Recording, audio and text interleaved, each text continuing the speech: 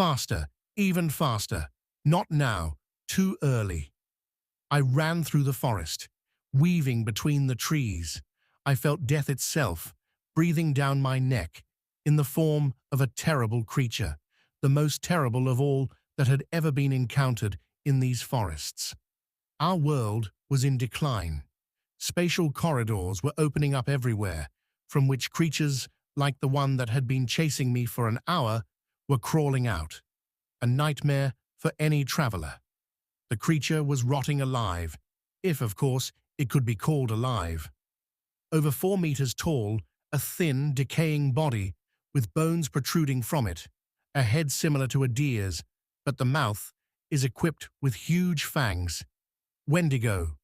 Now, with a movement honed by years, I spun sharply, snatching the sword from its sheath. In the night darkness, the tip of the blade flashed, cutting the rotting flesh diagonally from the shoulder.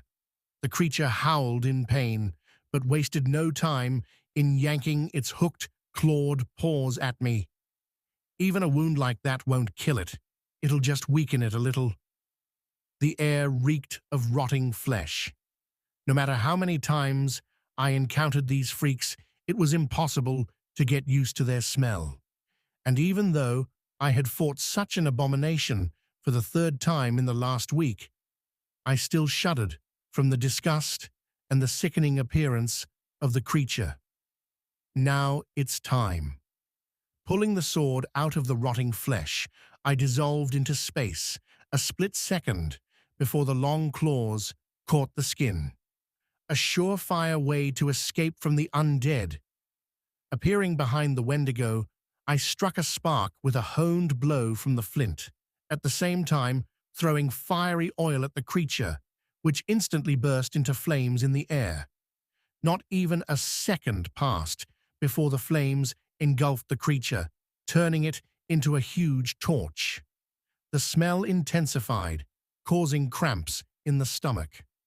Now it's time to get out of here before his friends show up, she chuckled to herself, looking at the burning devil once more. She should have waited until the undead stopped moving completely, since the Wendigo had a nasty character and a good memory, chasing someone who had once managed to escape. She watched the blazing flames, praying for it to end quickly, and as soon as the creature stopped showing signs of life, she spat at the dying body, cleaning her sword on fresh grass. Because of this scum, I was left without a horse. I'll have to move on my own 2 feet for a while.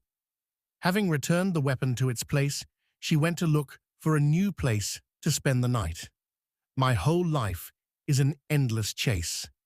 Even as a child, I learned what fear meant when a squad of lizards of the awakened elemental burst into Almaren, the citadel of the Nephilim. Searched that day, I lost my mother.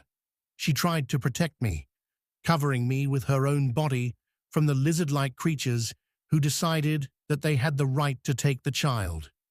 My father miraculously managed to get me out of the city. Since then, we have been hiding. How much has passed? 22 years of hiding in the forests and huts, hoping to escape persecution. And 3 years ago, he was gone too. I was left completely alone, face to face with my fear of being caught. Fortunately, over the years spent with my father, I was able to master all the skills a warrior needs to survive. I learned everything from hand-to-hand combat to any type of weapon. Since the age of 15, I decided to train my gift, which, among other things, also became my curse. And years later, my dad and I found out that once every 100 years, 4 elementals are born that possess the magic of the elements: earth, water, fire, and air, which I got. As a bonus, I learned to dissolve in this very air, which in turn ensured my survival in the neighborhood of the undead. I don't know why, but the lizards, as they are called by the lizard people, sought to get all 4 elementals. Perhaps it was a matter of power. After all, having the powers of the 4 elements, you can easily subjugate all nations. I don't understand the true reasons, but I'm leaning towards this version. Having moved far enough away from the burning undead, I climbed a tree growing on the riverbank. Since my father died and I was left alone, I had to learn to survive without a partner.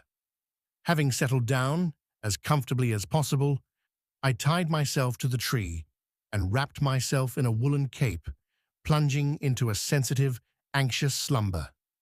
I forgot what it is like to sleep normally on a comfortable bed long ago, and even stopped dreaming about it. My only goal is to survive and not fall into the hands of the lizards that follow me at every step.